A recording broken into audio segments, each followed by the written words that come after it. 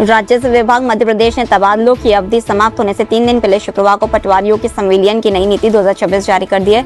नई नीति में स्पष्ट किया गया है कि किसी भी पटवारी की पदस्थापना उसकी गृह तहसील में नहीं की जाएगी। साथ ही नए जिले में पदस्थ होने के बाद वरिष्ठता वहीं की सीनियरिटी सूची के आधार पर तय होगी। नीति के अनुसार पटवारी का पद जिला संवर्ग का होने का कारण अलग से संविलियन नीति लागू की गई है। इसमें कहा गया है कि पटवारी परीक्षा 2022 का परिणाम घोषित होने से पहले नियुक्ति हुए पटवारी ही अंतर जिला संविलियन के पात्र होंगे। हालांकि वर्ष 2022 की परीक्षा पास कर नियुक्त हुए पटवारियों को कुछ विशेष परिस्थितियों में संविलियन का लाभ मिलेगा। मध्य प्रदेश में तीसरी संतान के आधार पर एक अफसर की नौकरी चली गई। आईजी पंजीयन अमित तोमर ने गुरुवार को सिंगरौली के सब रजिस्ट्रार अशोक सिंह परियार को बर्खास्त करने का आदेश जारी किया है। यह कार्रवाई मुख्यमंत्री डॉक्टर मोहन यादव की उस घोषणा के 48 घंटे बाद हुई है, जिसमें उन्होंने कहा था कि 2 से अधिक संतान होने के आधार पर किसी कर्मचारी की नौकरी नहीं जाएगी।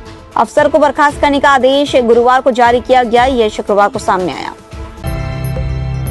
मध्य प्रदेश के जिलों में बंदियों के लिए लागू 58 साल पुराने नियमों में राज्य सरकार बदलाव करने जा रही है। इसके लिए 1968 से प्रभावी जेल मैनुअल में बदलाव करते हुए जेल की टॉयलेट व्यवस्था, भोजन पकाने, कपड़े धोने, सजा के आधार पर बंदियों के कैटेगराइजेशन और जेल स्वच्छता से जुड़े कई नियमों में बदलाव किया गया है।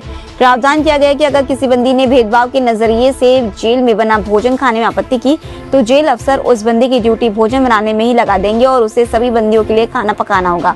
जेल विभाग के संशोधित नियमों के अनुसार दोष सिद्ध कैदियों को अब 2 कैटेगरी में रखा जाएगा। पहला आदतन अपराधी और दूसरा गैर आदतन अपराधी माना जाएगा। नियमों में स्पष्ट किया गया है कि कोई बंदी यदि लगातार 5 वर्षों की अवधि में अलग अलग मौके पर एक या एक से अधिक अपराधों के लिए 2 से अधिक बार सजा पा चुका है और उस सजा को अपील या पुनर्विचार में निरस्त नहीं किया गया है तो उसे आदतन अपराधी माना जाएगा। एम्स भोपाल में इलाज करा रहे 3 साल के कैंसर पीड़ित बच्चे की मौत अस्पताल स्टाफ की गंभीर लापरवाही से हो गई। जांच में सामने आया कि बच्चे को दवा की जगह गलती से फॉर्मेलिन इंजेक्ट कर दिया गया। फॉर्मेलिन वही खतरनाक रसायन है जिसका इस्तेमाल मेडिकल संस्थानों में बायोप्सी सैंपल और शवों के संरक्षण के लिए किया जाता है। इंजेक्शन लगाते समय बच्चे के पिता ने 3 बार नर्स को चेतावनी दी थी कि सिरिंज में सही दवा नहीं है, लेकिन उनकी बात अनसुनी कर दी गई। मामले में 2 नर्सिंग ऑफिसर्स के खिलाफ केस दर्ज किया गया है। सागर जिले के बीना तहसील के ग्राम पोजा निवासी सार्थक यादव ब्लड कैंसर से पीड़ित था। उसे 15 दिसंबर 2025 को गंभीर हालत में एम्स भोपाल के पीडियाट्रिक वार्ड में भर्ती कराया गया था। दक्षिण पश्चिम मानसून ने फिर रफ्तार पकड़ ली है। इसमें अनुमान है कि मध्य प्रदेश में मानसून 15 से 18 जून के बीच एंटर हो सकता है। इससे पहले प्रदेश में प्री मानसून की एक्टिविटी जारी है। तेज आंधी बारिश के साथ ओले भी गिर रहे हैं। शुक्रवार को शिवपुर में आंधी ने तबाही मचाई। अलग अलग हादसों में 4 लोगों की मौत हो गई।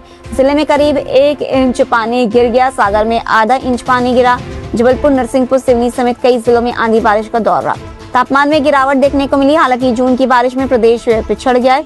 मौसम विभाग के अनुसार प्रदेश में अब तक औसत से 23% तक बारिश कम हुई है।